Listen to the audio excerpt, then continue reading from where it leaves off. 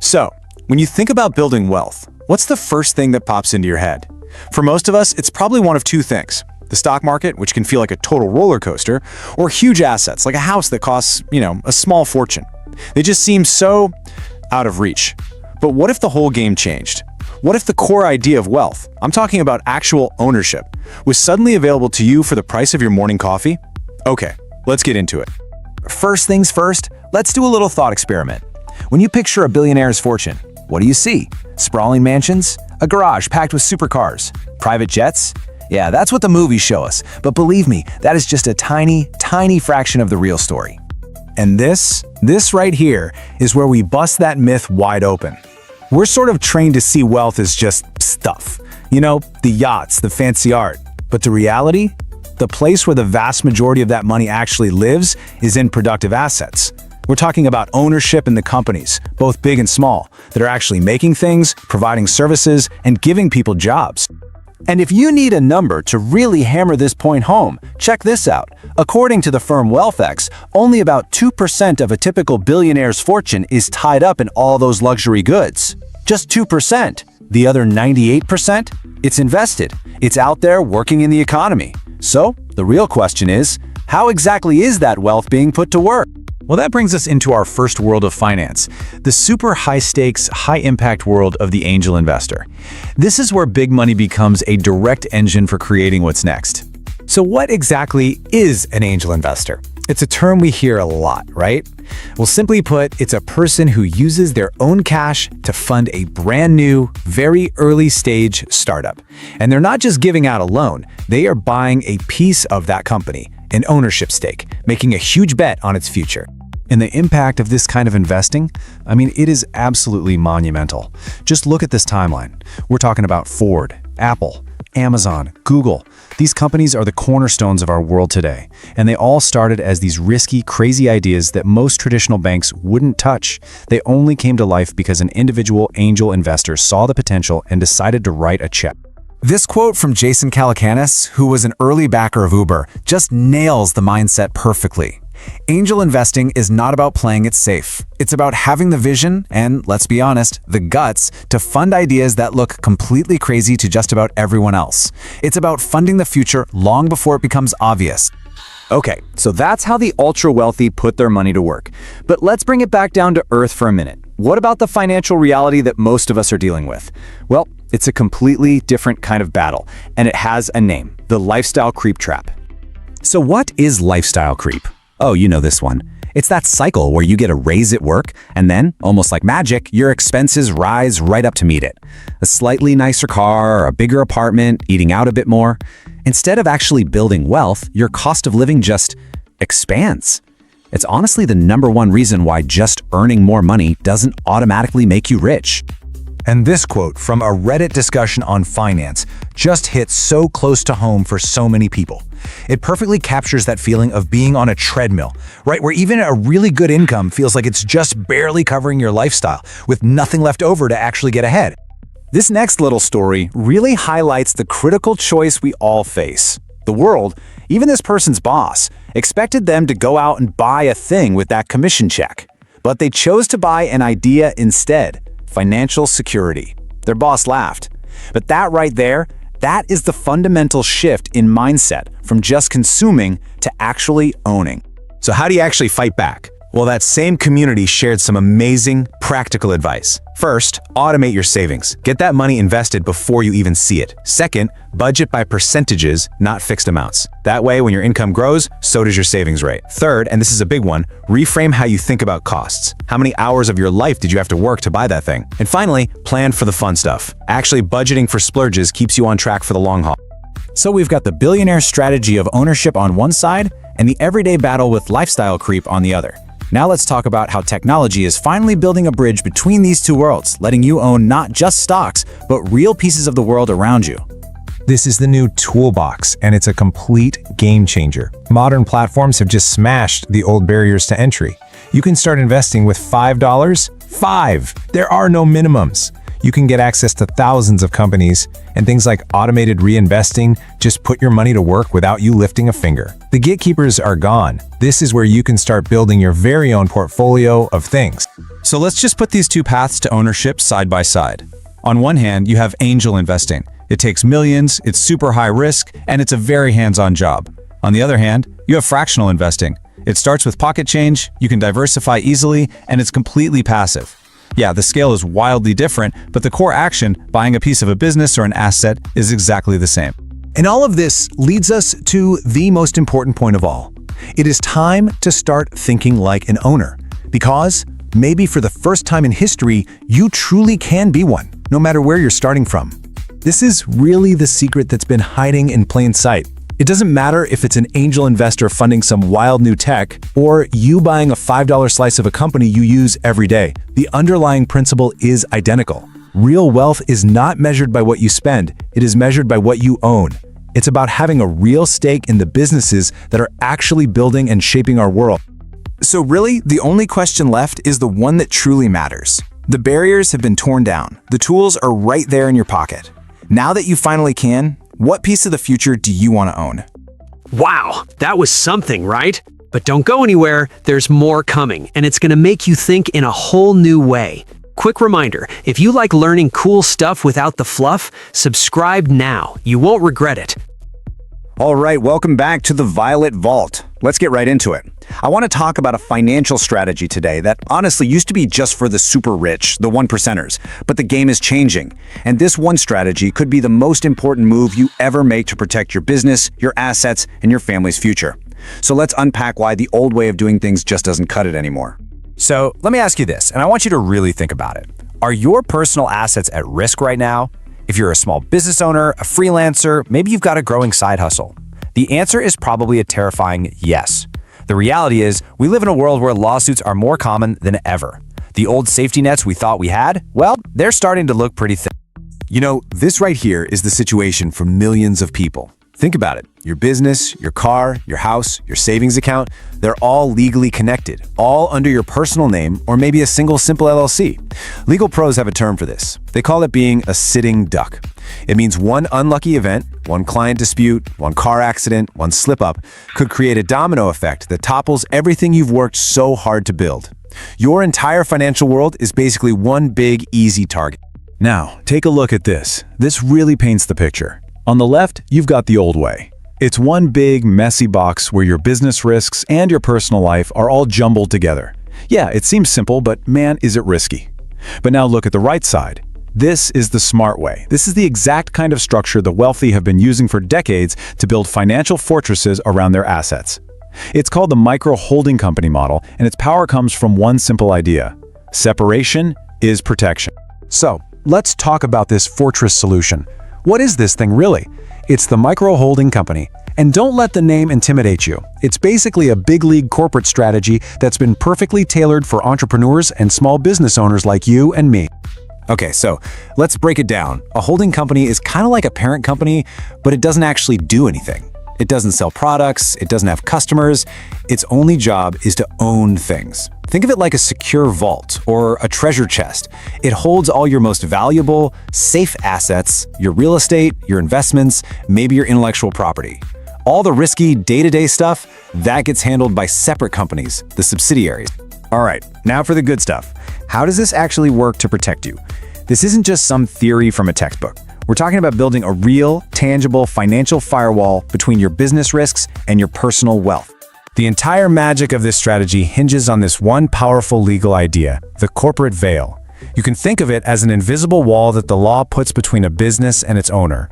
So if your business gets into trouble, if it gets sued or goes into debt, the problem stops at that wall. Creditors can't cross the veil to come after your personal car, your house, or your savings. It's the ultimate line of defense. And here's what it looks like in practice. It's a beautifully simple two-company system. First, you have your holding LLC. This is your vault. It owns your safe stuff, the things that don't change much day to day. Then you have your operating LLC. This is your frontline soldier. It's out there in the world dealing with clients, signing contracts, and taking all the risks. If the operating LLC gets hit with a lawsuit, the problem is completely contained. The lawsuit can't jump over and raid the treasure chest in your holding company.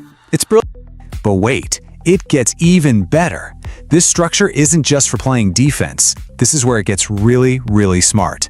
You can also open up some incredibly powerful and tax-savvy ways to manage your money and pay yourself. Now check this out. This quote from an online forum is hinting at a seriously slick strategy. So your operating LLC, your risky company, is making a profit, right? Instead of paying yourself a salary, which is taxed as income, that operating LLC can loan the profits to your holding LLC. And here's the kicker. Because it's structured as a loan, it's not considered income. So you're moving cash from your high-risk company to your super safe company without an immediate tax hit. It's a completely legal and very sophisticated way to manage your cash flow. Okay, so this all probably sounds amazing, and it is, but, and this is a huge but, you have to do it right.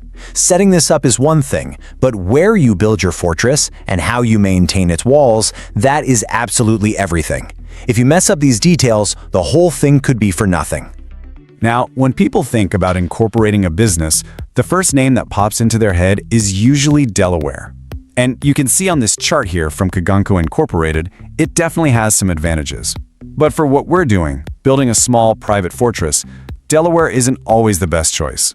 For us, the real magic is often found in the details, for states like Wyoming and Nevada. And here is the bottom line, the most important takeaway. Delaware is fantastic if you're a giant public company trying to raise millions from venture capitalists. But for small business owners and entrepreneurs, states like Wyoming and Nevada are often a much better fit. Why? Because they tend to offer way more privacy, stronger legal protections for owners and managers, and usually have lower fees. That's exactly what we need for our micro-holding company model. So, you've done your research, you've picked the perfect state, you've set up your 2 LLCs, you've separated your assets, you should be completely safe now, right? Well, not so fast. What if you build this incredible fortress and then accidentally leave the front gate wide open? How do you keep it from crumbling from the inside out? This right here is the #1 biggest risk to this whole strategy. It's a legal concept called piercing the corporate veil, and it's exactly what it sounds like. If a court decides that you're not actually treating your companies as 2 separate independent entities, they can just poke a hole right through that veil. They can completely erase that protective wall, and suddenly all of your safe assets in that holding company are back on the table, totally vulnerable to any lawsuit. So how do you stop that nightmare scenario from happening? It all comes down to discipline. It's not rocket science, but you have to follow these rules and you have to be consistent. This is your crucial checklist. You need separate bank accounts for each company, period. No mixing personal and business funds. You have to keep records, hold meetings, and sign documents with the correct company name. And the big one, you can never ever treat the company bank account like your personal piggy bank. These aren't just suggestions, they are the steel beams that hold up your entire fortress.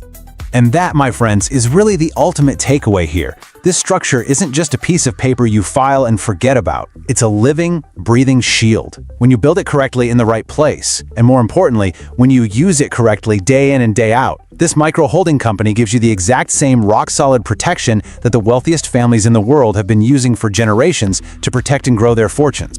So, as we wrap up, I want to leave you with this one question. Take a second and really think about your own situation, your business, your personal finances, your assets. What is it all built on right now? Is your financial house built on sand, vulnerable to the first storm that comes along? Or are you ready to start building a fortress of stone, one that's designed to protect you, your family, and everything you've worked for years to come? Let me know in the comments, what's the first step you're going to take after watching this? I'd love to hear from you. Wow, that was something, right? But don't go anywhere, there's more coming, and it's going to make you think in a whole new way. Quick reminder, if you like learning cool stuff without the fluff, subscribe now. You won't regret it. Let's be honest. For most of our lives, the absolute best investments, I'm talking about things like prime real estate, vaults full of gold, maybe even a piece of a private jet, they felt completely out of reach, right? Locked away for the super wealthy. Well, a massive shift is happening right now, deep inside the financial world, and it's creating a way for literally anyone to own a piece of these incredible assets, sometimes for less than $100. So how is this even possible? Let's dive in and break down the technology that's about to change how we think about investing forever. All right, first up, a world beyond dollars. Now, I know that sounds a little dramatic, but trust me. To understand why you can suddenly buy a tiny slice of a skyscraper, we first have to look at the ground shifting beneath the entire global financial system. So for as long as most of us have been alive, the US dollar has been king. You know, it's the world's default currency. the one everyone trusts for global trade. But this isn't just me saying it. Check out this research from JP Morgan. Even they're pointing out that big global shifts are making countries around the world start to wonder if relying so heavily on just one currency is still the best move. And hey, this isn't just talk, the data backs it up. This chart here shows how many US dollars central banks, the big national banks for entire countries, are holding on to. And that number has dropped to a 20-year low. It's now under 60%. It's a really clear sign that countries are actively, slowly but surely, looking for other options. And you can see the clues popping up in other places too. Fewer countries are buying up US debt. More and more global trade, especially for huge things like oil, is now happening in other currencies. And at the same time, the US slice of the global export pie is shrinking a bit, while China's is growing. It all points to the same thing. The world's economic map is being redrawn right before our eyes. And that leads us perfectly into our second section, the rise of digital money. You see, as these old, familiar structures start to shift, a completely new financial infrastructure, think of it like brand new plumbing for the world's money, is being built right alongside it, getting ready for whatever comes next. So, this brings up the multi-trillion-dollar question, right? If the world is slowly, maybe kind of moving away from the dollar as the one and only global standard, what on earth fills that gap? What does the future of money actually look like? Well, the answer is already taking shape, and on a mind-blowing scale. Just look at this number, $40 trillion. That's how much money is projected to move through a new kind of digital currency called stablecoins by 2025. And to put that into perspective for you, that's more than Visa and MasterCard's combined volume. This isn't some tiny little experiment. This is a parallel financial system coming online at lightning speed. So what in the world is a stablecoin? Let's break it down. Super simple. It's a digital token that's designed to hold a steady value, usually because it's pegged one-to-one with a real-world currency, like the good old US dollar. Just think of it as digital cash.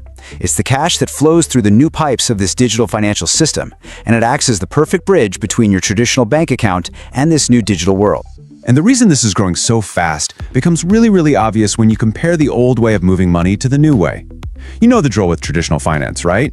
It's slow. It can take days for a transaction to finally settle. It's expensive, with all sorts of hidden fees, and it only works 9 to 5 on weekdays. This new system, though, it's instant. It's available 24/7, anywhere in the world, and it can be up to 95% cheaper. It's not just a small improvement, it's a fundamental upgrade to how money works. This brings us to the absolute core of what we're talking about today, tokenizing the real world. This is the magic step. This is where that new, super efficient digital plumbing connects to actual, physical things you can see and touch. Because here's the thing, the real revolution here isn't just about sending digital dollars back and forth a little faster. No. It's about using this exact same technology to create a digital representation, a digital proof of ownership for pretty much every single valuable asset you can possibly think of. Now, the fancy term for this whole process is real-world asset tokenization, or RWA for short. All it means is taking a tangible asset, like a building, a bar of gold, or shares in a private company, and creating a digital token that proves you own a piece of it. Honestly, the easiest way to wrap your head around it is to just think of it as a digital deed, or a digital title to that asset, that's secured on a global, transparent network that anyone can see. So how does this actually work in the real world? Like, how does a building become a token? Well, it's a pretty logical three-step process. First, an asset, let's say it's an apartment building, is bought and put into a legal wrapper, like an LLC. They do this to legally separate the asset and make it ownable through shares. Second, digital tokens that represent those shares are created on a blockchain. And third, those tokens are then sold to investors like you and me, who can then hold them or trade them on a secondary market, almost exactly like a stock. Which brings us to, in my opinion, the most exciting part of this whole thing, building a new portfolio. We've talked about the big picture, we've talked about the tech, but what does this actually mean for you, the individual investor trying to build wealth? And I want to be clear, this isn't some far-off futuristic idea, it is happening right now. Just take a look at this comment from a regular person on Reddit. They're talking about their experience on a platform called Masterworks. They bought fractional shares, just a small piece of a super high-value painting by the artist Basquiat. And now, they have the option to sell those shares, potentially for a 35% gain. Think about that. They own a piece of a multi-million-dollar piece of art. That's incredible. And it's expanding so far beyond just art. I mean, the biggest financial players in the world are jumping in. BlackRock, the world's largest asset manager, has a tokenized fund for US Treasury bills. You can buy tokens right now that represent ownership of physical gold, held safely in a Swiss vault. The French banking giant Société Générale is tokenizing private credit. This technology is unlocking access to real estate, fine art, collectibles, all these institutional-grade products that were just completely out of reach for us before. What this all means at the end of the day is that it allows you to build what I like to call a portfolio of things. Instead of just owning the usual stocks and bonds, you can now diversify your wealth by owning small, fractional pieces of a huge range of real-world tangible assets. It is a completely new way to think about building and, more importantly, protecting your wealth for the long term. Okay, so finally, let's look ahead. Let's talk about the $16 trillion future. We need to understand just how massive this could get, but we also have to be smart and realistic about the challenges and the risks that are still ahead. Some of the biggest forecasts out there estimate that the market for these tokenized real-world assets could reach $16 trillion by the year 2030. Let that sink in for a second. Trillion with a T. Just for perspective, that's bigger than the entire economy of China today.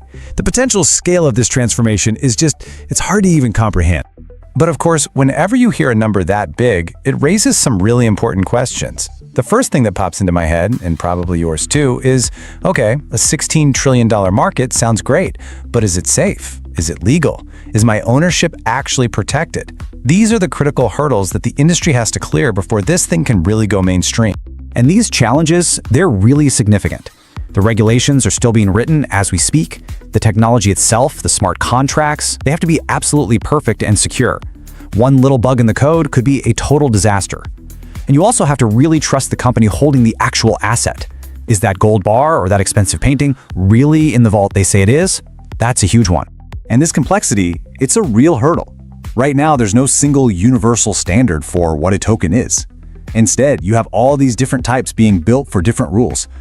Some are designed specifically for financial securities, others have identity verification built right into the code, and some are even tailor-made for the specific laws of a single country, like Switzerland.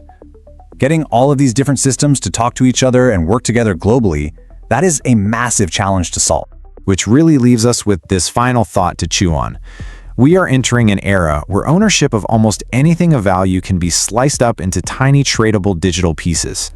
So in a world where you can own a fraction of a skyscraper, a racehorse, or a gold bar with just a few clicks, what does that really mean for the future of investing and what it means to build wealth? Will everything of value eventually become a token? It's a question we're all going to see answered over the next decade. Thank you for spending time with us here at the Violet Vault. Don't forget to like, subscribe, and drop your thoughts in the comments below. I'd love to hear from you. Until next time, stay focused and keep growing.